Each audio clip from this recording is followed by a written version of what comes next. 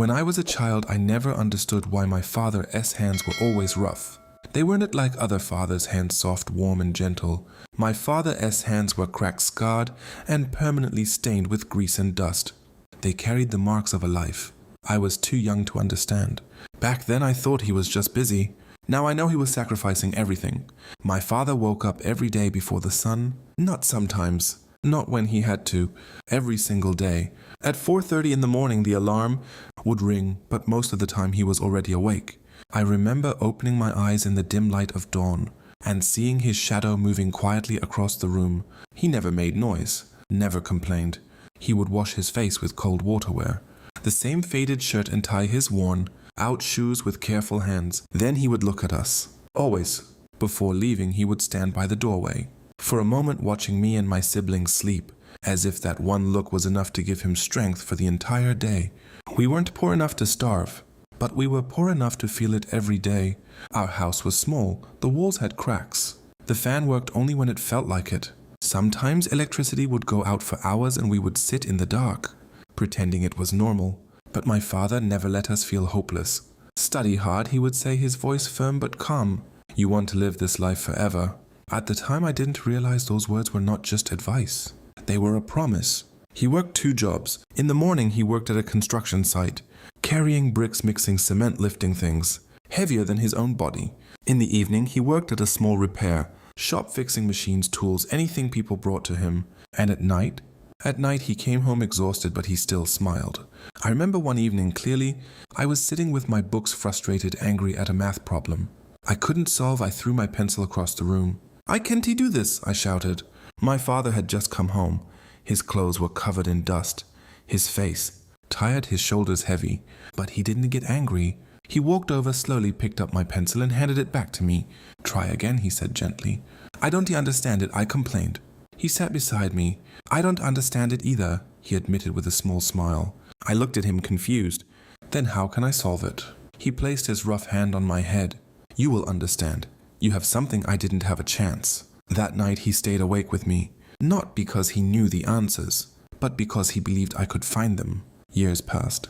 Life didn't get easier for him. If anything, it got harder. Prices increased. Responsibilities grew. We needed more school fees, books, clothes. And my father, he worked more. I started noticing things I had ignored before. The way he sometimes winced when he lifted heavy objects. The way he sat quietly after dinner, staring at nothing, as if his body had finally realized how tired it was. The way he coughed and pretended it was nothing. One winter night I woke up to a strange sound.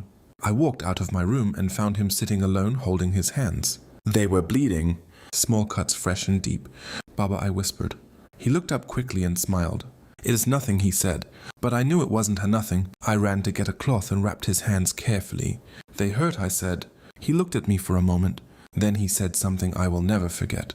"They hurt less when I think about your future." That was the night I stopped seeing him as just my father and started seeing him as a warrior. As we grew older, the world began to change. My friends had better clothes, better phones, better everything. Sometimes I felt embarrassed. Sometimes I wished my father was like other fathers, less tired, less worn, less broken. But I never said it out loud, because deep down I knew the truth. He wasn't broken. He was building us. One day, my school announced a trip. Everyone was excited. I knew we couldn't afford it. When I brought the form home, I hesitated before showing it to him. "Baba, it's okay if I don't go," I said. He took the paper from my hand and read it silently. "How much?" he asked. I told him. He nodded. "You are going," he said. "No, Baba, it's expensive." "You're going," he repeated more firmly. The next few weeks he worked even more. Came home later, ate less, slept less. But he never complained. The day I went on that trip, I saw him standing at the door watching me leave. He looked proud and tired. Very tired. Years later I found out something that broke me. He had sold his only watch to pay for that trip. The watch his father had given him. Time moved on. We grew up, and slowly his dream began to come true. I got into university. The first person I told was him. He didn't say much. He just smiled. But I saw tears in his eyes. My siblings followed. One by one, we all moved forward. We all became something he had only dreamed of. But as our lives improved, his health declined. He worked less, not because he wanted to, but because he couldn't anymore. His hands trembled sometimes. His back hurt constantly. The cough never really went away. One evening I came home to find him sitting quietly, not doing anything. Just sitting. That scared me more than anything, because my father never stopped. "Baba, are you okay?" I asked. He looked at me and smiled. "I think I'm finally tired," he said. For the first time in my life, I didn't know what to say. Years later, we moved into a better house. A bigger one? Cleaner. Brighter.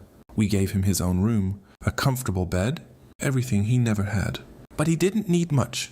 He never did. One day I sat beside him and held his hands. They were still rough, still scarred, but weaker now. "Baba," I said softly, "you don't have to work anymore." He looked at me with a calm expression. "I stopped working a long time ago," he said. I frowned. "What do you mean?" He smiled.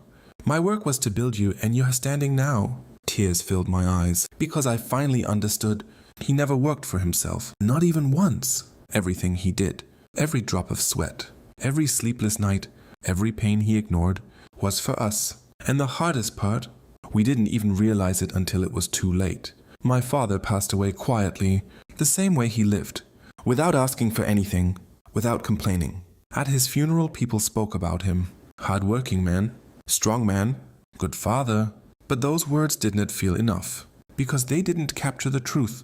The truth was, he was the kind of man who gave everything and kept nothing for himself. Now, whenever I look at my hands, I remember his, and I realize success isn't built in comfort. It is built on sacrifice, and behind every successful child, there is a father whose hands never rested,